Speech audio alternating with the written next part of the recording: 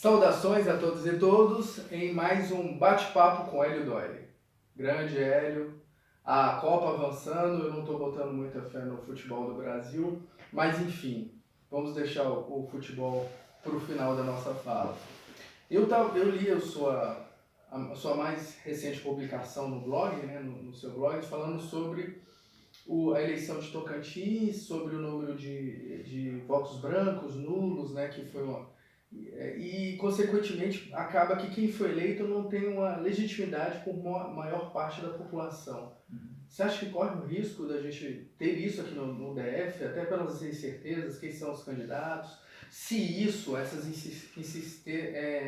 incertezas, coloca o Hollenberg de novo no jogo político aí como um possível candidato com condições de ser eleito? Sim, certamente, porque o que a gente está vendo nas pesquisas está sendo comprovado em eleições para governador extemporâneas, como foi no Amazonas e agora em Tocantins, eleições fora de hora, e também eleições de prefeitos em 2016, o que a gente está vendo? Um alto índice de abstenção, votos nulos e votos em branco. E são de pessoas que têm um nível de esclarecimento. Não? É de tudo. É que as pessoas estão desacreditando na política, desacreditando nos políticos e estão achando que essas eleições não vão melhorar nada, que vai continuar tudo igual. Então elas não se sentem estimuladas a votar. E isso aí faz com que, como você disse, você tenha governador eleito, no caso de Tocantins, aproximadamente com 1/3 do eleitorado. Quer dizer, 2/3 do eleitorado não votou nesse candidato eleito. Ele teve voto de 1/3 dos eleitores. Por quê? Porque você tem que tirar os votos dados ao outro candidato e você tem que tirar as abstenções, os votos nulos e os votos em branco. Isso é reflexo de uma crise de representatividade e de legitimidade, ou seja, as instituições e os políticos não estão conseguindo representar a população e com isso perdem sua legitimidade. É lógico que essa crise de representatividade ela se arrasta há muitos anos. E não só no Brasil também. Infelizmente, e aí põe em questão até a questão da democracia. É engraçado que eu estava lendo um livro falando sobre a economia brasileira, falando sobre as moedas brasileiras, e aí ela estava falando justamente sobre a questão da democracia, que dentro do Estado totalitário, muitos economistas falavam assim, olha, não é possível dentro da democracia conseguir um crescimento, uma estabilidade. É lógico que eu não concordo com isso, mas eu acho interessante que isso há 50 anos atrás era o que se falava, né? Estabelecer um Estado totalitário e aí vem os discursos tipo Bolsonaro, a volta da ditadura. Isso me assusta, porque aquela pessoa, quando já falamos sobre isso, né, sobre quem quer a volta da ditadura militar ou que cogita, agora o que me assusta é isso vir de pessoas que têm um nível de esclarecimento, uma formação. Na verdade não me assusta, porque o que você tem hoje assusta no sentido de que pode dar certo para eles, né? É um desalento, um descrédito com a política. Então as pessoas não estão vendo saída. Se você conversar com qualquer pessoa, mas qual é a saída? Não sei qual é a saída. Para onde que a gente vai? Ninguém sabe para onde vai. Os candidatos a presidente, eles não estão oferecendo uma alternativa clara. Olha, nós vamos por esse rumo aqui, nós vamos por aqui. Então as pessoas estão falando assim, o que adianta votar? Agora, a solução para a crise da democracia, ao contrário, é mais democracia. Mais democracia no sentido de aperfeiçoar o sistema democrático para que haja mais participação, para que as pessoas se sintam mais representadas pelos aqueles que elas elegem. Isso, infelizmente, não é o que está acontecendo. A gente está vendo tudo afundando. Mas voltando à sua pergunta, você falou, Rodrigo Hollenberg volta ao jogo. Na verdade, ele não saiu do jogo, ele está no jogo. Eu acho que ele está no jogo ainda, porque como não surgiu, nem parece que vai surgir em Brasília, um novo na política, alguma coisa nova que venha com aquela força da novidade, o candidato que o eleitor deseja, que é um candidato honesto, ficha limpa, competente, com competência, com experiência de gestão, com capacidade de articulação, esse candidato não apareceu. Ele pode dizer, você pode dizer assim, bom, talvez ele esteja escondido ainda Em alguns dos candidatos, tipo a Fátima Souza, tipo o Alexandre Guerra, né, pode estar escondido neles, eles ainda não tiveram condições de se expor totalmente. Mas eu digo assim, são de partidos pequenos, com poucas possibilidades de crescimento. Como isso não apareceu, a tendência das pessoas é votar em branco e negro. E aí você tem o seguinte, você tem Frejá e Rodrigo. E uma polarização entre o Frejá e o Rodrigo Hollenberg pode beneficiar um ou outro. Não dá para você apostar, cravar um deles. Eu me lembro que na última eleição, acho que o Agnello não esperava ser eliminado no primeiro turno. Hollenberg foi para o segundo turno, Frejá naquelas circunstâncias, né, com um candidato feito em cima da hora, mas eu lembro que a diferença foi de 10%, assim, foi razoável, mas assim, por pouco tempo que o Frejá teve naquele momento. A impressão que eu tive como eleitor é que se o Frejá tivesse entrado em circunstâncias normais desde o começo, ele teria batido o Hollenberg, você acha? Não sei, eu acho que não. Talvez sim, porque o Frejá era uma incógnita, né? Não, ele falava de R$1 do transporte público. Isso aí, ao contrário do que as pessoas pensam, isso foi ruim para a campanha dele. Nós fizemos pesquisa na época, e o Frejá, R$1 vai crescer. Não, pelo contrário, ele se desmoralizou com essa proposta de R$1. Porque era uma proposta exequível, não existe espaço fiscal para você fazer tarifa de R$1, e as pessoas não são bobas. Isso aí é uma estratégia eleitoral antiquada, velha, muito usada pelo Rorizo. O Rorizo usava muito isso, de repente sair com uma bomba para tentar reverter o resultado. As pessoas não estão mais com essa credibilidade, as pessoas não acreditam nessas milagres, não acreditam nisso. Agora, o Frejá tem sua força? Tem. Eu acho que ele está demonstrando que ele tem um teto que não é muito alto. Eu acho que nós vamos ver isso quando as coisas ficarem mais claras. Eu acho que ele está demonstrando um teto baixo. Entendi. Né? E eu acho que por isso o Rodrigo Hollenberg pode crescer não tanto por uma opção no Rodrigo Hollenberg, mas por uma opção anti-Frejá.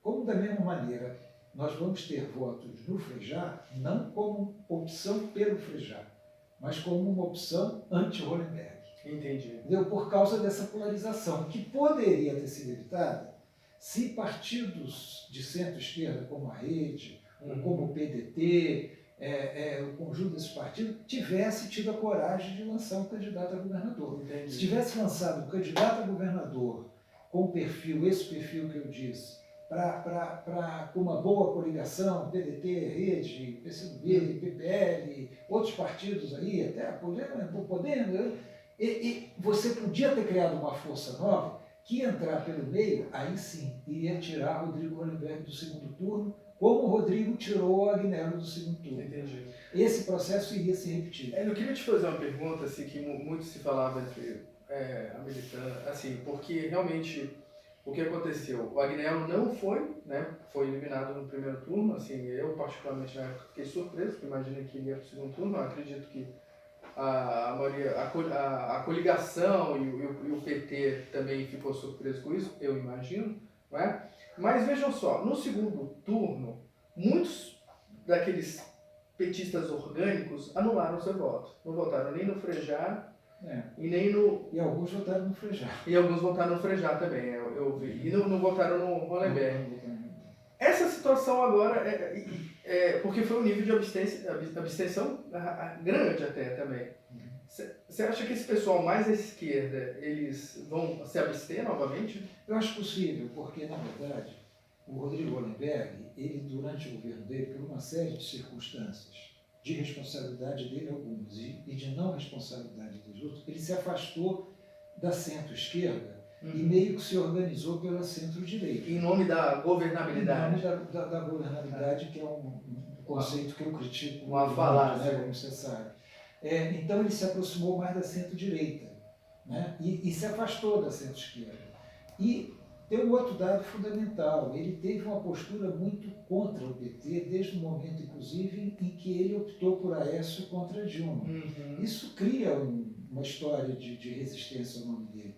Então, mas eu acho que as pessoas de esquerda ou de centro-esquerda, elas podem até raciocinar, não, é melhor Frejá do que o Rodrigo, é o direito delas. Mas eu não vejo como você, numa opção dessa, sabendo quem está, inclusive, por trás dessa candidatura do Frejá, você, sendo de esquerda ou de centro-esquerda, vou optar pelo Frejá. Eu acho absurdo. Você pode até dizer, não, mas o Rodrigo não me atende. Mas em determinados momentos você tem que fazer uma opção, vamos dizer assim, pelo menos ruim. Uhum, que é o que você chamou no blog de voto utilitário. É um voto útil. Porque é o seguinte, quem é Frejá? Frejá é o Frejá que foi vice do Roriz, que foi vice do Arruda, Frejá que foi secretário de saúde de governos passados, com Fraga, com Tadeu Filipelli, com José Roberto Arruda, com um partido que tem como dono o Valdemar da Costa Neto, condenado. Isso que é aquela pergunta que é uma provocação. O PDT cabe nessa conjuntura? Não, obviamente não cabe, é um absurdo. O PDT pensar em estar nessa coligação. Só de pensar já seria um absurdo. Agora, o PDT autorizar o seu ex-candidato a governador, o deputado Jorge Vale, a negociar com o Frejá, já é a negação do que é o PDT. É uma total negação do que seja o PDT. É um absurdo. Como eu acho absurdo, você sabe disso, que a Rede não tem candidato a governador. A Rede tinha que ter um candidato a governador. Bom, tudo bem, você poderia juntar PDT e Rede, ter um só candidato a governador em nome de uma elegibilidade para tornar a eleição mais fácil. Você poderia. Mas já que o PDT não tem candidato a governador, já que o PCdoB não tem, o PPL não tem, o PT ainda não tem, o PT tem uma situação muito peculiar hoje, né? Pelo desgaste sofrido. Absurdo a Rede não ter candidato a governador. A Rede tinha que ter um candidato a governador. Deixa eu te falar, assim, agora fazer dar um salto um pouco do que nós estamos falando. Eu vi eu assisti há 20 anos atrás um filme falando sobre o Carlos Marighella. Desculpa, nem era o Malamarca, Carlos Lamarca, né? E o filme é um drama, né? Porque mostra a luta, né? Aquele com o Paulo Betti. Isso, com o Paulo Betti. E assim, uma luta de Davi e Golias. E aí, assim, o que eu acho interessante e que me chama a atenção como professor de história era aquele ímpeto que aqueles jovens tinham de mudar o país de fato. Porque ele era um capitão, ele tinha tudo para ser um oficial, chegar a um general, ele era, pelo que se fala, ele era uma referência lá dentro, né? Era um oficial em ascensão. Ela largou tudo por uma ideia comunista, né, socialista, assim, e teve um fim trágico, né, sitiado, assassinado, né, e aí isso me deu uma tristeza pelo seguinte, onde se perdeu esse idealismo, assim, porque o Brasil parece viver uma sangria histórica sem reparação. Nós tivemos grandes estadistas como Miguel Arraes, não é? Poxa, o próprio Brizola, foram pessoas que tiveram seu ponto forte. O que aconteceu agora? A gente não tem mais grandes estadistas? Como é que se fabrica um grande estadista? Como que se cria? Olha, quem talvez mais perto chegue dessa imagem de estadista no Brasil, eu acho que duas figuras, não tão opostas, mas que a política colocou em lados opostos, seria o Fernando Henrique Cardoso e o Lula. Esses tinham uma dimensão de estadista. Fora esses, e que por diversas razões, não estou defendendo nem o pensamento, claro. Dizendo, pela postura, pela maneira de enxergar o Estado e tal, pela própria apoio popular que ao seu tempo tiveram, ou tem ainda no caso do Lula, não tem estadista. E o país mudou, o mundo mudou. O que se perde ou o que se ganha com isso? Se perde tudo. Se perde tudo, porque você perdeu. E não precisa ir longe. Eu me lembro do Congresso, que não era grande coisa, o Congresso tem muita. Mas os debates parlamentares no tempo da ditadura eram muito superiores aos de hoje. Quer dizer, aqueles debates saíam na imprensa, eles chegavam um pouco? Não. Eles, entendeu? Não chegavam. Havia censura, havia restrições, mas eu tive a oportunidade de assistir lá dentro, eu era jornalista. Cobrir o Congresso. Eram debates parlamentares fantásticos, que hoje você não vê. Hoje é uma coisa mesquinha, uma coisa rasteira. Né? Aquilo que você vê, senadores, deputados, uma mediocridade. Né? Então se perdeu um bonde. Né? Hoje você não tem estadista, você não tem grandes políticos, com algumas exceções, e você vê pelos candidatos a presidente. Né? Não tem nenhum candidato a presidente que realmente empolga. Fala, o Lula empolga. O Lula empolga uma parcela do eleitorado. O Lula não é aquele que empolga. Não tem alguém que empolga, como Juscelino Kubitschek empolgava. Até como Carlos Lacerda, pelo lado oposto, empolgava a seu tempo. Você não tem alguém que empolgue realmente. Nossa, e voltando, assim, eu vi um documentário também, 3 Irmãos de Sangue, falando sobre o Chico Caruso, né? Uhum. O Betinho e o... Ah, esqueci o nome dele agora. Mas os 3 irmãos, né? Enfio. O Enfio. Não era o Chico Caruso. Não era o Chico Caruso, perdão. O Enfio, o Betinho e o outro irmão dele. Que era músico. Que era músico. O Chico Caruso é desenhista. Mas eu tenho isso, desculpa, que eu tenho até o documentário ali. E aí também mostra de pessoas que nunca tiveram um mandato, nunca pleitearam, o próprio Betinho, a diferença que ele fez. O documentário fala sobre isso, sobre política, o nacionalismo, no aniversário, nos eventos eles cantavam o hino nacional. O que aconteceu com essa geração? Será que a gente vai ter uma geração nacionalista? Não, nós temos uma geração hoje profundamente individualista, preocupada com o seu próprio bem-estar individual. Você não tem mais aquele sentimento do coletivo. Claro que algumas pessoas não têm isso, mas no geral, você não tem aquele sentimento do coletivo, o sentimento da solidariedade, do projeto nacional, do projeto de Brasil. Você tem um projeto para o país. Isso você não tem mais. Você tem um país altamente dependente e cujas elites querem que seja dependente, né, em nome de uma suposta globalização, uma deturpação do que seja a globalização, e você tem gerações hoje cuidando da própria vida. Eu tenho lido muito, tenho visto muitas biografias, Prestes, tantas biografias de lideranças que conseguiam se tornar lideranças em lugares improváveis. Quando você pega o Mandela, por exemplo, que preso, quase 28 anos preso, ele conseguiu vencer o apartheid, fez mobilizações políticas. O que você acha e por isso também é um grande estadista, né? O que faz a pessoa... Porque é a sensibilidade, né, que faz essa pessoa... Eu acho que a formação... agarrar oportunidades. Formação, caráter, né? É a vontade de fazer, né? Acho que tem que ter muita vontade, tem que ter disposição e colocar os interesses do país, os interesses coletivos, acima de seus interesses individuais.